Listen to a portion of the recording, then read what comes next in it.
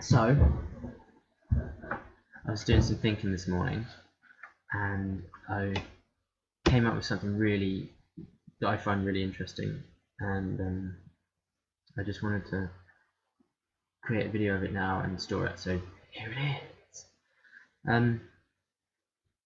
So you probably already know the theory, or no, it's not really a theory. It's physics. So for every action, there is an equal and opposite reaction. So that got me thinking about black holes and negative energy. So basically, we are positive physical energy, and so for every you and every me, there is an equal and opposite you and me. But there's more than that.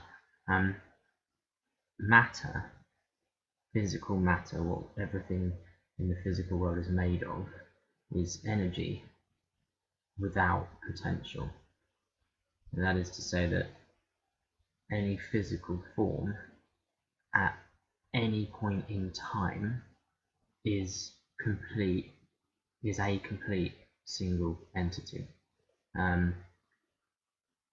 There's nothing it lacks. At any point in time, it is that thing, and that's all it is. Whereas antimatter is negative energy and infinite potential. So all metaphysical things are incomplete and limitless potential. If you look at it another way, it's basically everything in the physical world is consuming things. So they all require energy to continue, whereas everything in the metaphysical world is always creating things. It requires potential and it gives energy.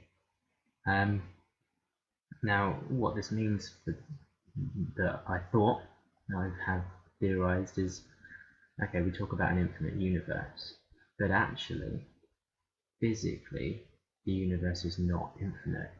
That's actually an impossibility of physicality. You can't have infinite, a physical infinite. You can't. It's not actually possible, because physical is always at any one point in time this. So the universe is not physically infinite. It is confined to a definite space, but due to the interaction between positive and negative energy, physical, metaphysical, creation and consumption, the universe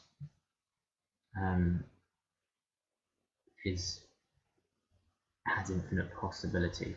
So if you imagine at the edges of the universe, the physical edges of the universe, there is a meeting of positive and negative energy. So we already know what negative energy is. So you can see in black holes, it's when a star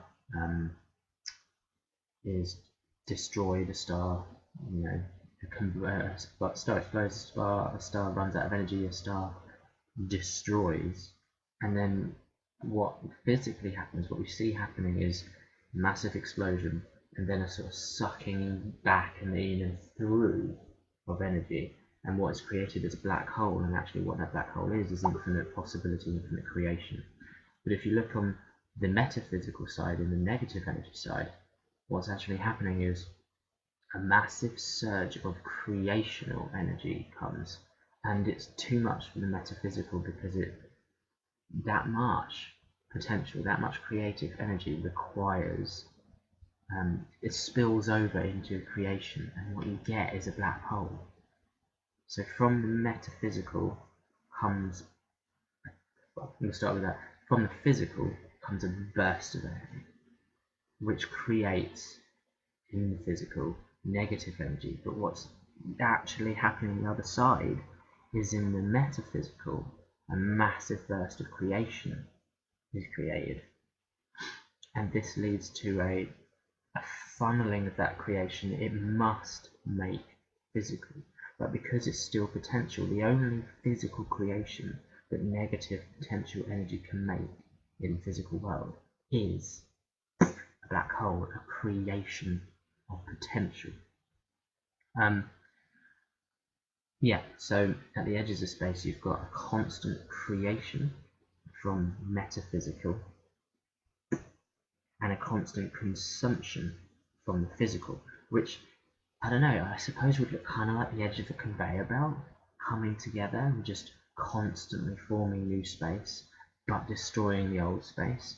So that's how the universe can be physically constrained but metaphysically and potentially limitless. Yeah, I just wanted to get that down. I know nothing. I'm not saying I know anything. This is just a theory.